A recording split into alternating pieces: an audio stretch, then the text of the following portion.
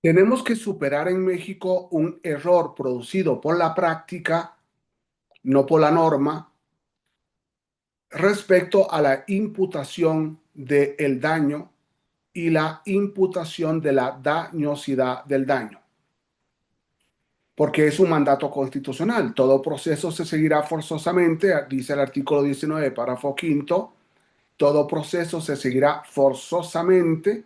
Vea qué importante la palabra forzosa en la Constitución, por el hecho o los hechos del auto de vinculación a proceso. Por tanto, lógicamente, decíamos ayer, si el asesor jurídico no ha podido formular imputación del daño, ni formular imputación de las consecuencias dañosas del daño, que hemos llamado dañosidad del daño, este asesor jurídico y por tanto la víctima se va a quedar sin el hecho del daño para girar el debate en la audiencia intermedia y luego en la audiencia de juicio sobre el daño y la dañosidad del daño y por tanto la prueba del daño.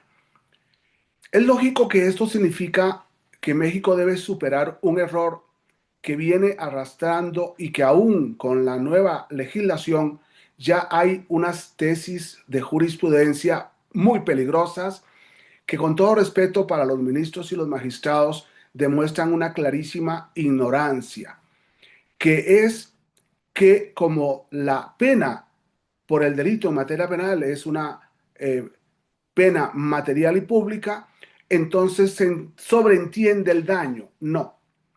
En el modelo acusatorio se imputa el daño y se prueba el daño. No se puede referir nunca, nunca, como se viene haciendo por décadas en México, no se puede referir el daño a el derecho laboral.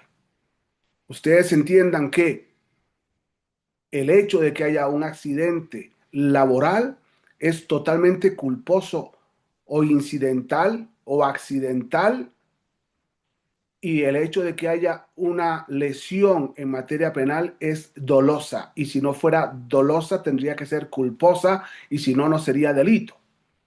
Por tanto, nosotros no podemos jalar el derecho laboral para aplicar el derecho penal. Y no podemos considerar que si el juez condenó por el delito, se sobreentiende que hay que pagar el daño. No, porque se estaría violando el derecho de defensa, por tanto, el debido proceso.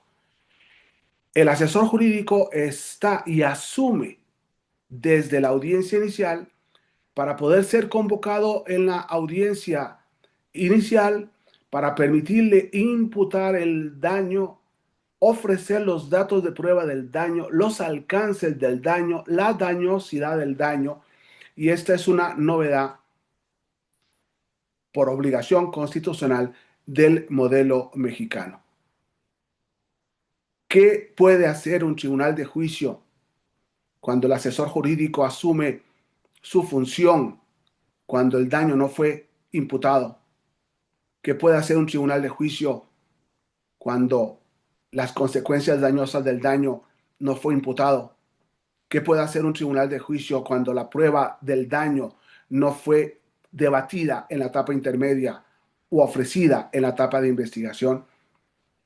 Va a tener que retrotraer efectos hasta la imputación para corregir un error procesal constitucional del juez de control.